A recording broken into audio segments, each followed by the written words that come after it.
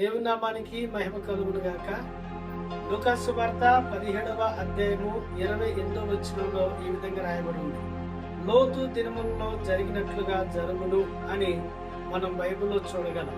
లోతు దినాలు ఎలా ఉన్నాయి అని మనం లేఖనాలను ఒకసారి ఆలోచన చేసినట్లయితే, లోతు దినాలలో ప్రజలు తినుటకు త్రాగుటకు అలవాటు పడ్డారు అనేది మనం చూడగలం. లోతు దినముల్లో తిండికి ప్రాముఖ్యత ఇచ్చారు, త్రాగటానికి ప్రాముఖ్యత ఇచ్చారు, కొనుటకును అమ్ముటకును ప్రాముఖ్యత ఇస్తూ వచ్చారు, నాటుటకు ప్రాముఖ్యత ఇస్తూ వచ్చారు, ఇన్ని కట్టుకున్నటకు ప్రాముఖ్యత ఇస్తూ వచ్చారు.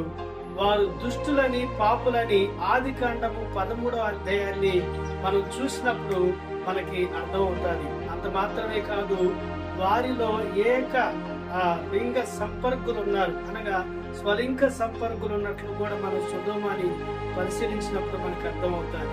వాళ్ళు నీతిమంతుల్ని తిరస్కరించే వారిగా ఉన్నారనేది 19వ అధ్యాయము ఆదికాండం చూసినప్పుడు మనకు అర్థమవుతాడు. వాళ్ళు బలత్కారంతో నిండిపోయారనేది ఆదికాండం 19వ అధ్యాయం 9వ వచనం చూసినప్పుడు మనకు అర్థమవుతాది. అంత మాత్రమే కాదు, వాళ్ళు నీతిమంతునైన లోతుని హేళన చేస్తూ వచ్చారనేది ఆదికాండం 19వ అధ్యాయం 14వ వచనంలో మనకు కనపడతాది. వారు అక్రమ కామ వికారంతో నిండిపోయినట్లుగా ఆదికాండము 2వ అధ్యాయము 8వ వచనంలో మనం చూడగలం. చివరికి వాళ్ళు ఏమైపోయారంటే సర్వనాశనం అయిపోయారు.